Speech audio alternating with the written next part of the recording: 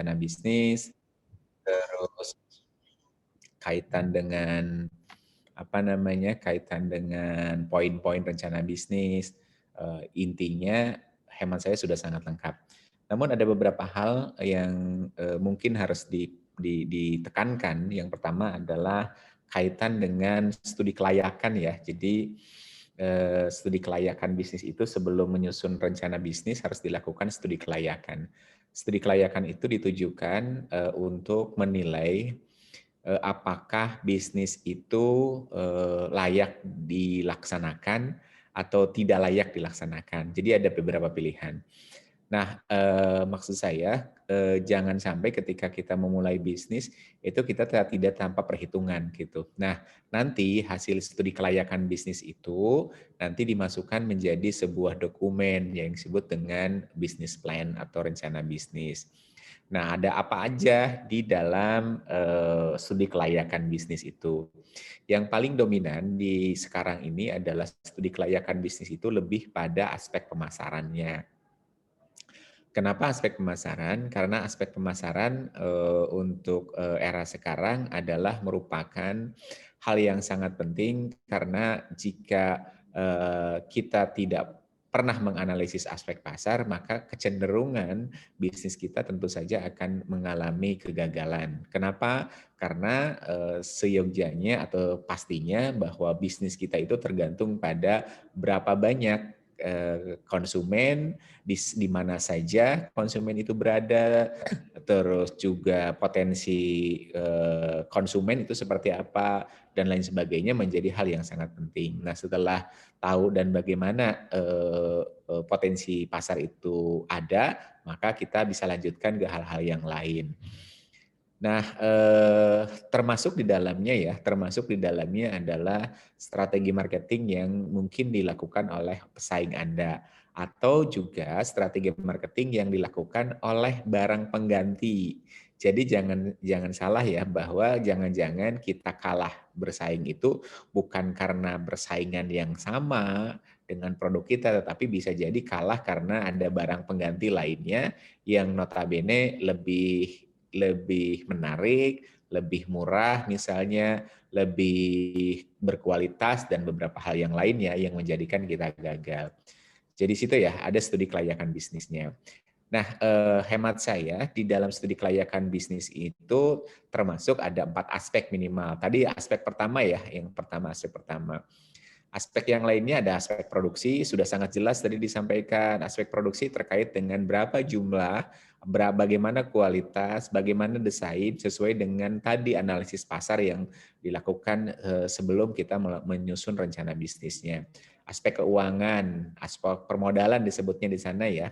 Aspek permodalan misalnya atau aspek keuangan, saya lebih senang menyebutnya aspek manajemen keuangan karena kalau modal kan hanya sekedar modal, tapi kalau aspek keuangan mencakup beberapa hal, misalnya sumber dananya dari mana, terus apakah dana eksternal atau internal, seperti itu.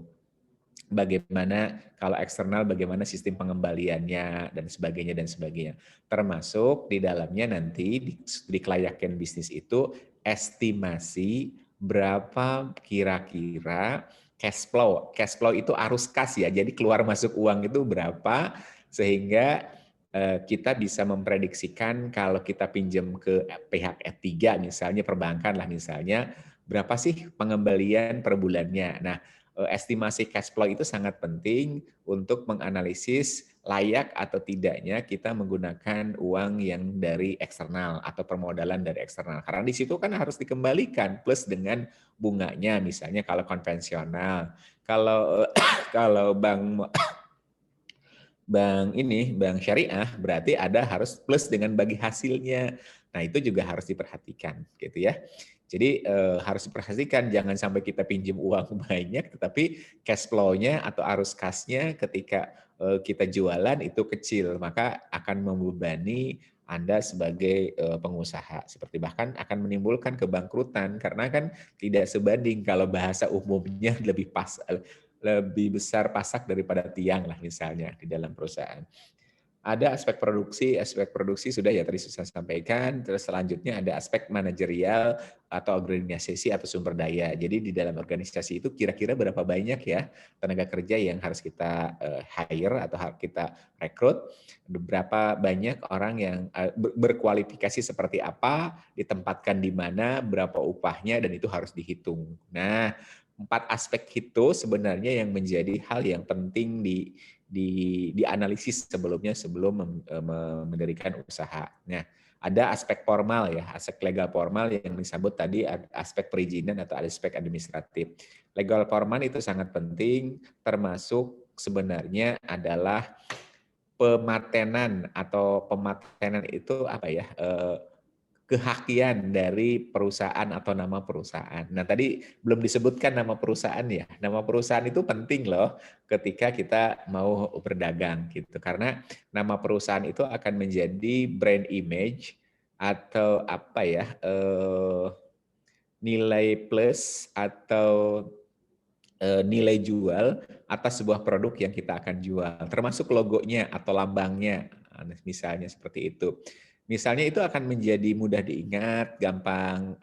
Yang kedua juga kita bisa berbeda dengan yang lain sehingga izin kita akan mudah muncul karena kita jelas nama perusahaannya, jenis barang atau jasa yang ingin kita pasarkan. Nah, yang pertama yang harus diperhatikan ketika ingin membuat nama perusahaan adalah pendek, tidak terlalu panjang. Kalau kepanjangan akan susah diingat. Namanya pendek. Termasuk di dalam era-era sekarang nama orang juga disingkat-singkat. Banyak disingkat-singkat gitu. AHY misalnya kalau di dalam politik, Pak Jokowi misalnya, atau tokoh-tokoh yang lainnya misalnya disingkat-singkat seperti itu. Dan itu tren. McDonald jadi McD misalnya kalau perusahaan ya. Terus apa lagi ya? Eh, eh, Ya banyaklah perusahaan-perusahaan itu yang nama-nama perusahaan bisa disingkat. Nah, yang kedua simple. Jadi nama perusahaan itu harus simple, tadi pendek, simple, mudah diingat atau mudah diucapkan gitu. Jadi nggak ribet gitu. Easy to spell. Jadi artinya gampang gampang apa ya? Gampang dilafalkan gitu khusus untuk orang Indonesia misalnya. Kalau susah banget juga susah gitu. Apa lagi? Terus yang kedua adalah selain mudah diucapkan juga mudah diingat gitu. Nah, terus yang selanjutnya mengandung makna yang memiliki makna yang dalam, memiliki makna yang luas gitu. Nah, itu biasanya akan dicantumkan di profil perusahaan gitu, termasuk logo-logo di dalamnya. Jadi tadi yang agak belum tersampaikan salah satunya adalah nama perusahaan termasuk logo di dalamnya untuk melengkapi profil perusahaan di business plan gitu, seperti itu. Selanjutnya nanti setelah analisis studi kelayakan bisnis, maka tetap yang 4 tadi juga dimasukkan menjadi bagian yang tetap pisahkan di dalam studi kelayakan bisnis. Boleh ditambah di pemasarannya ada 2 misalnya hanya pemasaran secara umum, yang kedua adalah bagaimana strategi pemasaran. Tapi intinya di dalam rencana bisnis itu ada 4: pemasaran, produksi, keuangan, dan manajemen sumber daya manusia atau manajemen personalia. 4 itu yang harus ada di dalam kegiatan perusahaan yang jelas. Maka sebelum masuk membuat bisnis plan, kan di awal-awal perkuliahan itu atau pertengahan perkuliahan itu ada manajemen pemasaran, ada manajemen produksi, ada manajemen keuangan gitu. Seperti itu kan, ada manajemen personalia, struktur organisasi dan sebagainya. Nah, itu itu sebenarnya menjadi bekal awal untuk menyusun rencana bisnis seperti itu. Itu jadi dari rangkaian mata kuliah dari awal sampai akhir itu sebenarnya ada bagian-bagian yang terpisah, tetapi pada akhirnya akan menjadi satu dalam bentuk bisnis plan gitu. Jadi nyambung. Oh, ini loh goalnya gitu. Oh, ini goalnya akhir dari sebuah rangkaian mata kuliah sub mata kuliah itu atau materi pelajaran setiap minggunya itu adalah goalnya di akhir adalah rencana bisnis. Nah, diharapkan ketika itu dipilah-pilah menjadi bagian-bagian kecil dan dikumpulkan menjadi kajiannya lebih dalam, dan ketiga pada akhirnya menjadi runtut dan saling terkait satu dengan yang lain sehingga menjadi komprehensif, maka jadilah rencana bisnis yang menjadi dasar untuk langkah-langkah apa yang harus dilakukan dan apa-apa yang tidak boleh dilakukan, seperti itu dalam melaksanakan kegiatan bisnis. Itu tambahan sedikit dari saya. Pertanyaannya ada dari Liza, ada Liza, ada siapa lagi? Liza sama Winda. Oke, Liza, oke 3B, jelaskan menjual barang original bagus tetapi harganya murah di bawah rata-rata orang jual. Nah, bagaimana supaya keuntungannya itu sama dengan orang yang jual mahal? Apa ide-ide supaya keuntungan itu sama dengan orang yang jual mahal? Menjual barang yang original bagus tapi harganya murah di bawah rata-rata orang jual.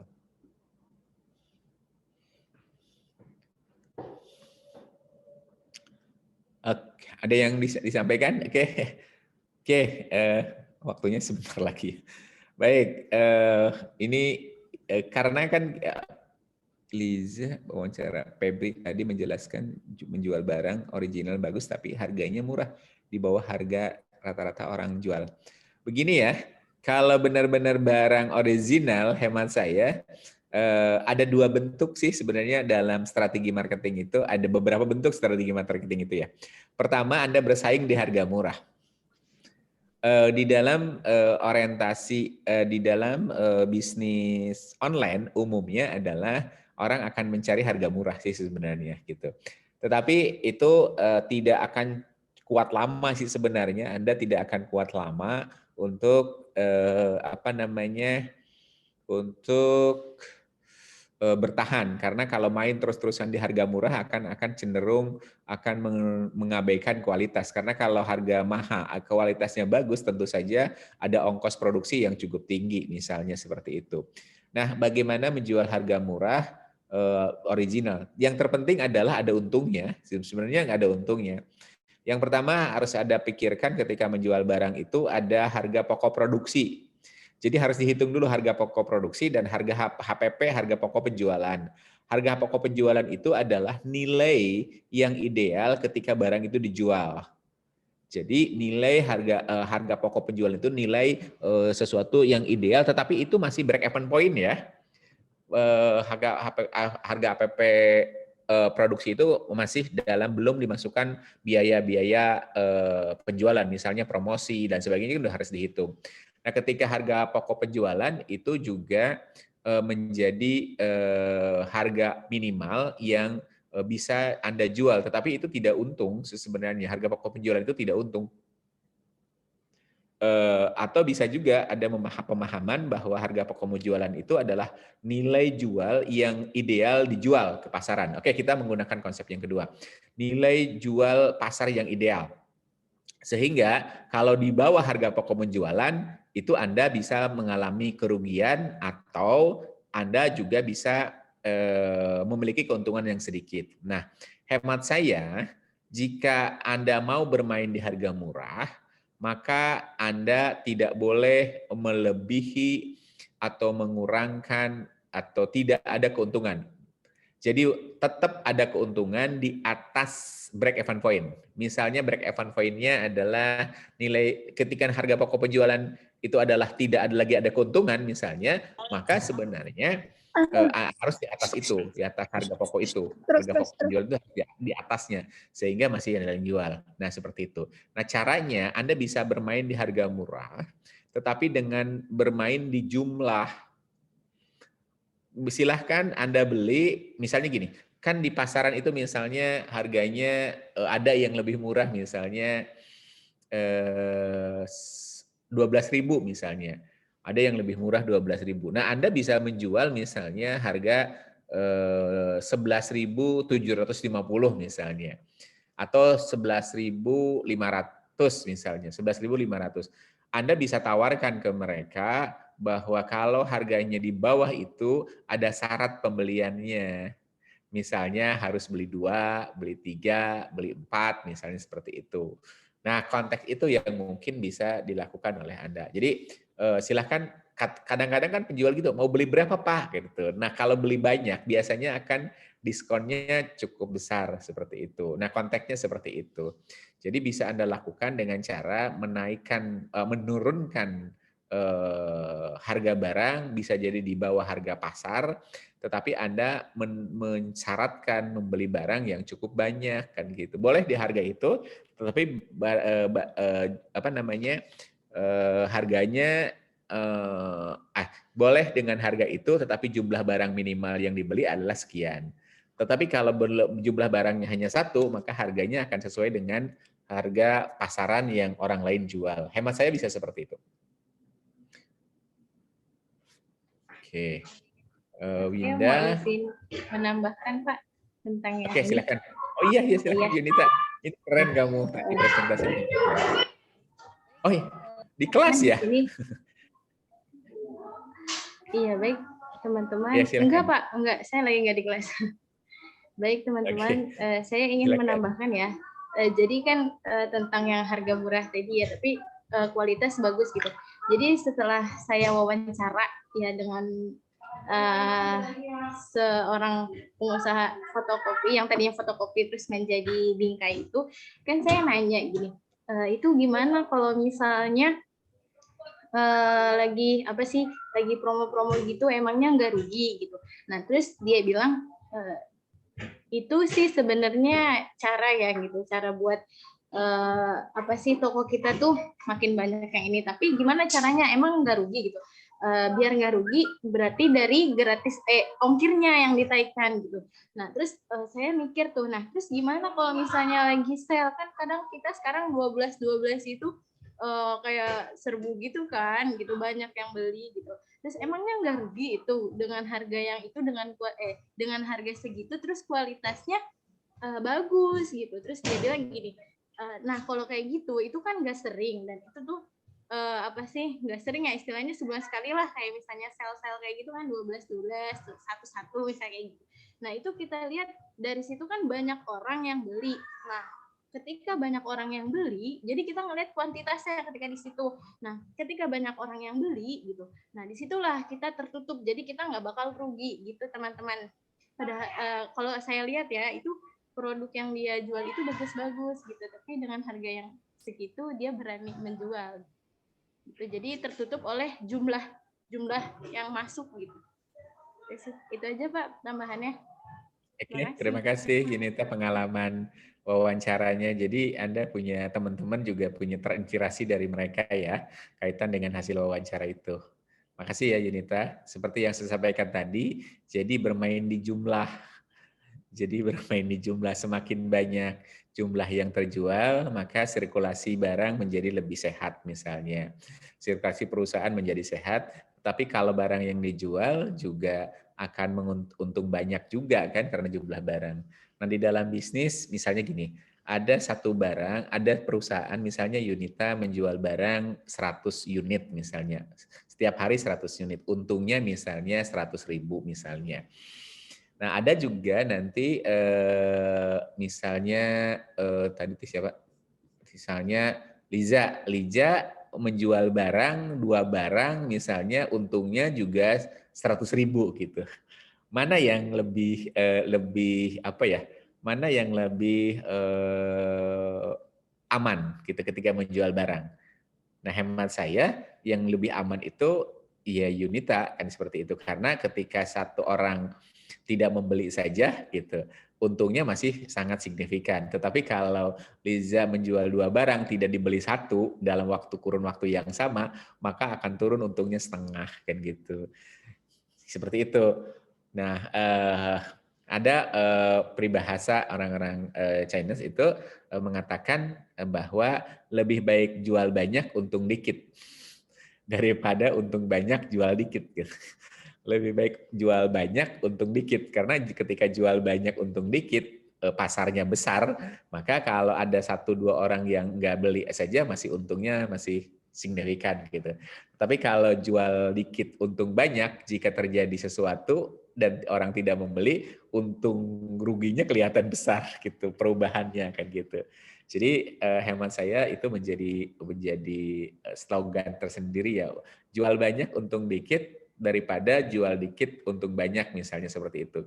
Karena dua-duanya sih menguntungkan, tetapi dalam kondisi seseorang tidak beli aja, dua orang tidak beli kan untungnya akan tergerus cukup banyak seperti itu. Jadi semakin banyak sirkulasi barang semakin sehat. Terima kasih ya Yunita, penjelasannya dan hasil dari apa namanya pengalaman mereka di lapangan seperti itu. Sama-sama. Oke. Bapak ingin menambahkan apa boleh? Boleh, sangat boleh tuh. Febriantin. Ya, Oke, maaf Nur, saya silakan. izin Nggak untuk apa-apa. terlebih dulu. Nggak apa-apa. Tapi ini jawabannya menurut saya aja ya. Jadi biar banyak keuntungan itu sama dengan yang jual mahal itu. Oke, saya on kamera ya, tidak khawatir ini. Menurut saya, jika kita itu harus mencari supplier tangan pertama, harganya pasti akan lebih murah, atau langsung beli ke owner atau mendistribusi barang tersebut atau pabriknya. Dari situ kita akan bisa menghitung harga jual yang baik dan keuntungan yang akan sama dengan penjual yang lain. Karena biasanya harga yang mahal itu karena sudah melewati fase dari tangan ke tangan distributornya tersebut. Jadi tangga distributornya itu sudah banyak. Misalnya seperti ini.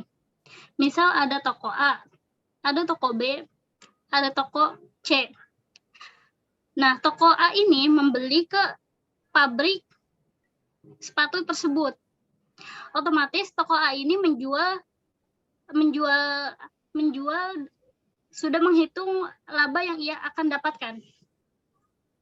Lalu toko B membeli ke toko A, otomatis harga jualnya ini akan 2 kali lipat. Lalu toko C membeli lagi ke toko B. Nah, harga jualnya ini pasti akan berkali-kali lipat kalau seperti itu. Kecuali kalau misalnya toko C ini langsung membeli ke pabriknya tersebut. Jadi harga barangnya itu akan sama seperti toko A gitu. Seperti itu, Liga. Baik, Febriantil. Iya, teman-teman yakin bisa ya dimengerti.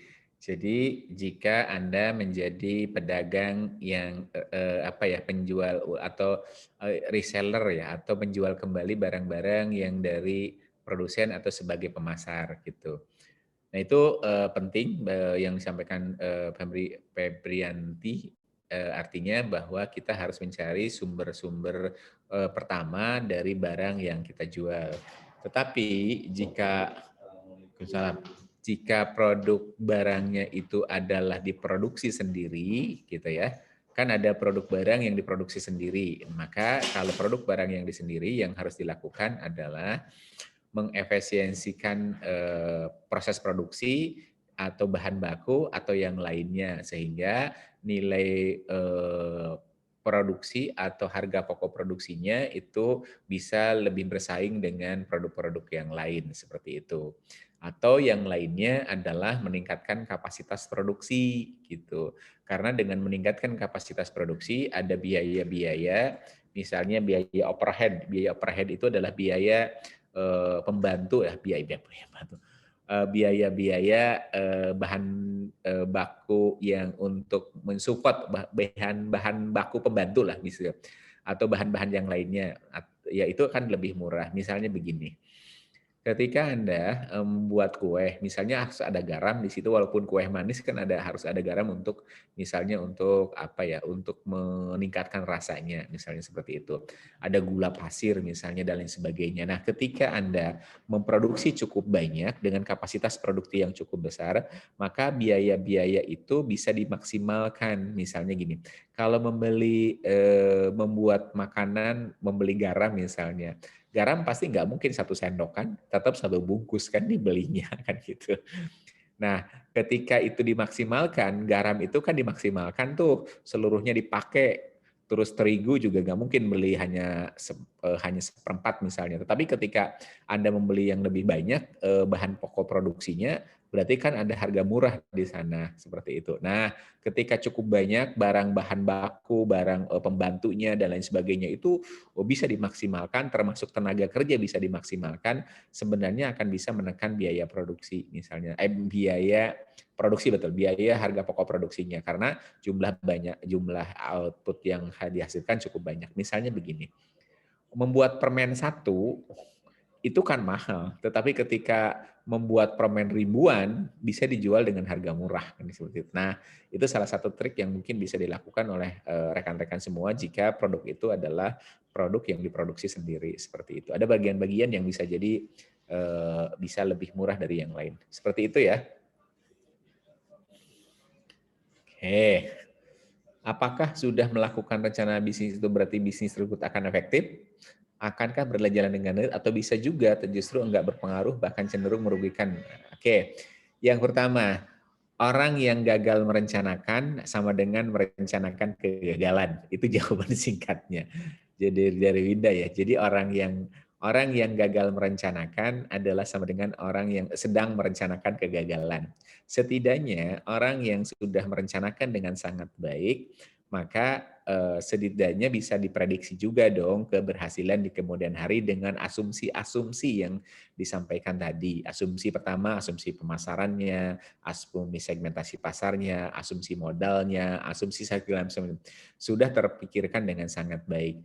Jika terjadi kegagalan, bisa terjadi kegagalan seperti itu. Tetapi setidaknya meminimalisir kegagalan-kegagalan yang mungkin bisa terjadi. Bisnis plan yang sudah dibuat tentu saja bukan bisnis plan yang kaku.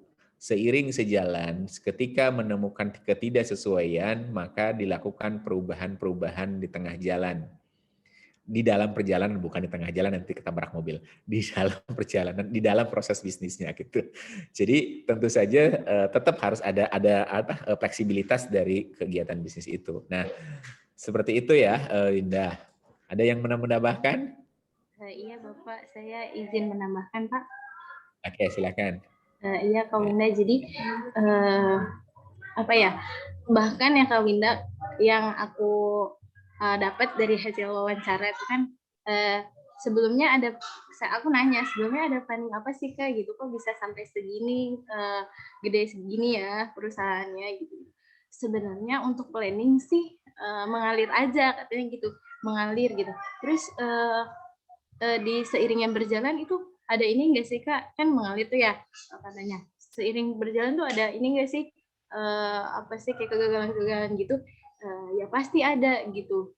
Pokoknya diceritain tuh ya Kak kegagalannya gini-gini. Tapi satu, modal saya itu ya saya yakin gitu kalau perusahaan saya ini bakal gede seperti ini walaupun lewat online ya, karena emang sekarang pun zamannya online gitu. Jadi lebihnya ke online itu Kak Winda. Jadi bisa apa ya, kalau menurut ini yang planning bisnis ini kalau udah ada planning ini pasti ini apa sih namanya bisa berkembang gitu.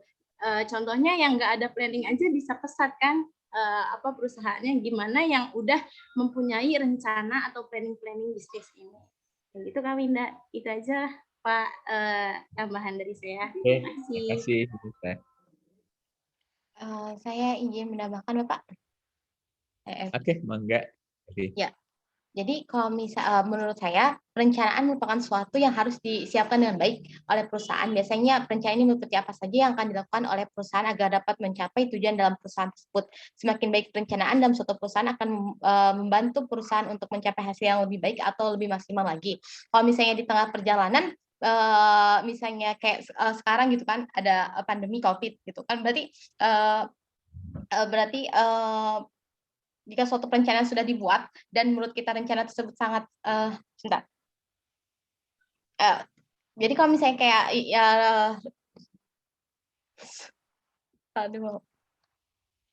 jadi kan tadi pertanyaan Kak Winda itu akan dijalankan lebih dengan kalau ada biasanya kalau ada kan biasa apa kalau sekarang karena COVID ya Kak. Jadi cara untuk apa sih untuk itu lagi kita itu kayak membuat perencanaan baru lagi Kak, kayak gitu. kalau misalnya rencana A tidak sesuai, jadi kita bisa buat rencana baru lagi kayak gitu. Maaf, masih banyak kekurangan. Oke, nggak apa-apa, udah bagus. Terima kasih Evi. Jadi tadi menambahkan Evi bahwa bisnis plan yang sudah dibuat tentu saja akan sangat dinamis di selama proses menjalankan bisnisnya. Jadi bisa jadi ada beberapa perubahan, tetapi tentu saja perubahan-perubahannya mungkin tidak sangat besar, atau bisa tidak sangat besar karena sudah terancangkan dengan sangat baik gitu. Tapi kalaupun ada sesuatu yang sangat luar biasa, misalnya di faktor eksternalnya luar biasa, karena tadi yang harus memperhatikan kan lingkungan. Analisis yang dilakukan adalah analisis yang di masa yang lalu. Analisis bisnis itu kan menganalisis sesuatu yang lalu dan memprediksikan sesuatu di masa yang datang ya. Jika prediksinya itu tidak tepat, maka di dalam perjalanan proses bisnis itu tentu saja harus menyesuaikan. Konteksnya seperti itu. Jadi sangat dinamis ya. Baik, terima kasih Evi. Bisnis plan untuk startup dengan bisnis biasa itu beda atau enggak ya? Kalau beda dari segi mananya ya? Dengan bisnis biasa, plan bisnis startup dengan bisnis. Oke. Plan bisnis startup ini adalah rencana bisnis yang secara umum dengan bisnis biasa, secara umum bisnis plan-nya sama sebenarnya. Cuman dalam tahapan pengaplikasiannya, tahapan marketingnya, tahapan produknya, tahapan distribusinya, tahapan tata kelola keuangannya itu lebih kepada hal-hal yang lebih kepada digitalisasi lah, kasarnya seperti itu. Atau seperti anak-anak muda sekarang bahwa dia misalnya modalnya nol gitu, modalnya nol gitu. Kalau bisnis biasa mungkin harus punya toko, tempat jualannya, yang lainnya karyawan. Sekarang karyawannya bisa jadi artificial intelligence. Artificial intelligence itu kecerdasan buatan. Misalnya ada WA udah dibalas secara otomatis menggunakan layanan jawab otomatis lah, jawaban mesin bisa. Apa? Gimana, Fi? WA bisnis. Oke, WA bisnis. Oke, bisa secara otomatis seperti itu. Kalau beda dengan konvensional kan tidak harus dibalas satu-satu dan sebagainya. Nah, kalau bayangkan kalau yang pesan itu ribuan misalnya, orang kan yang balasnya juga repot. Tapi kalau dengan WA bisnis kan tinggal langsung jawab, clear semua. Seseorang bisa ngelihat di laptopnya, oh si ini, sudah tinggal kirim dan sebagainya. Nah, hemat saya bedanya seperti itu. Ada yang mau nambahkan? Mungkin Yunita lagi atau Evi atau Neng sini yang saya lihat di sini. Bapak, saya izin bertanya di kolom chat, Bapak. Oke, silakan. Hamidah. Oke. Untuk menjawab pertanyaan Kawinda yang nomor 4. Nggak ada yang dengan proposal bisnis. Kalau bisa dari segi bicara awal bisnis plan, lalu bagaimana untuk menyusun bisnis plan tingkat perkembangannya menjadi partner agar perusahaan tersebut tertarik dengan bisnis. Oke.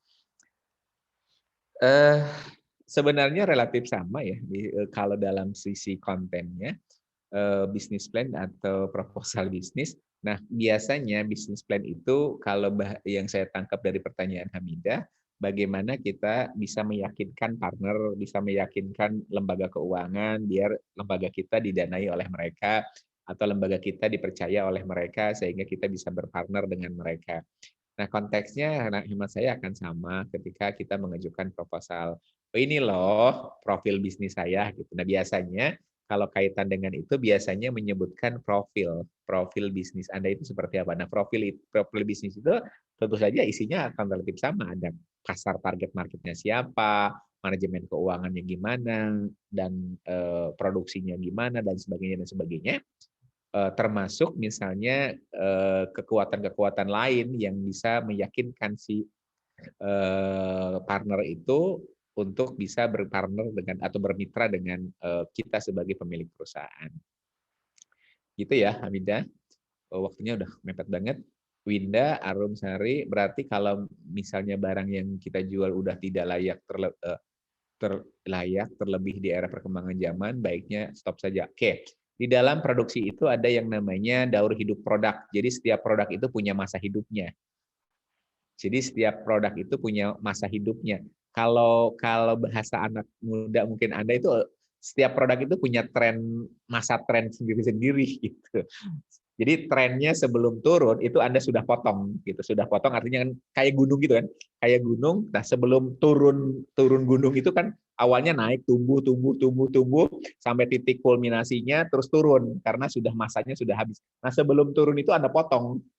Sebelum turun jauh ke tidak laku lagi Anda potong di luar. Maka coba lihat handphone, fashion, kendaraan dan lain sebagainya itu cenderung berubahnya sangat cepat karena dia tidak mau produk itu lama-lama terus tidak laku dijual, maka biasanya produk manajemen produksinya, rencana manajemen produksinya sudah misalnya sudah 10 tahun yang akan datang atau berapa puluh tahun yang akan datang. Oh ini loh, kalau dia tidak laku maka akan muncul produk yang lain, bisa jadi apa ya, komponen-komponennya tidak beda jauh dengan komponen yang sebelumnya hanya ditambah A, B, C, D lah seperti itu, hanya kecil-kecil saja. Tetapi itu akan selalu dinamis untuk berubah gitu. Jadi pastikan lihat yang disebut dengan tren atau yang disebut dengan daur hidup produk atau masa hidup produk. Jadi setiap orang itu punya masanya.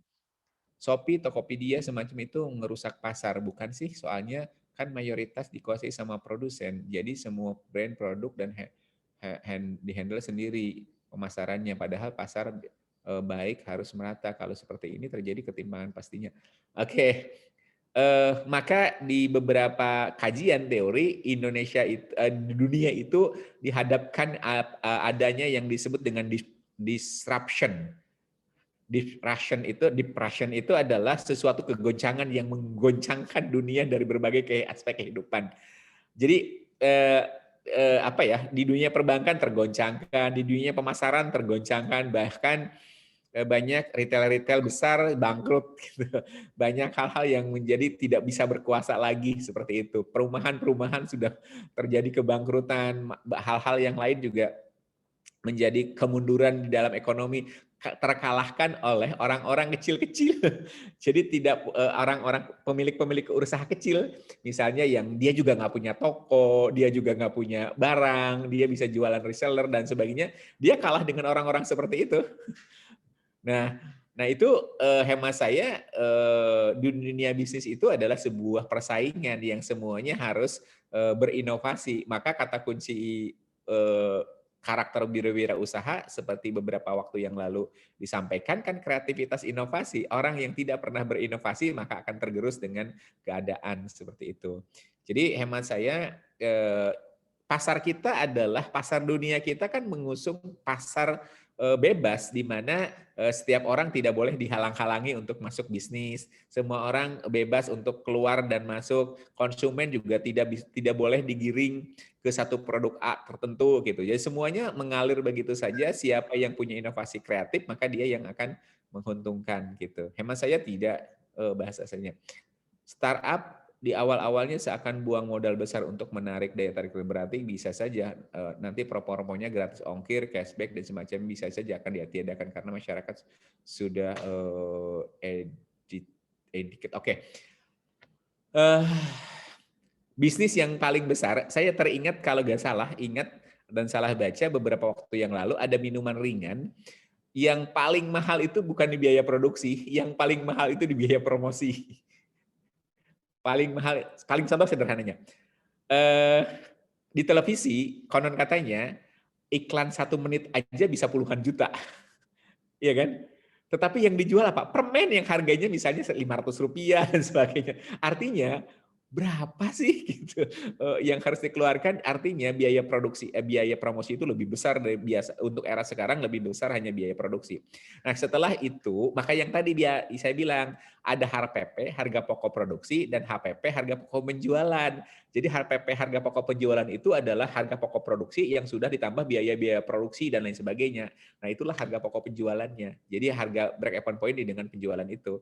Nah konteks itulah sebenarnya di dalam bisnis modern sekarang promosi adalah menunjukkan hal yang penting. Maksudnya begini, percuma punya produk bagus, tapi orang tidak kenal.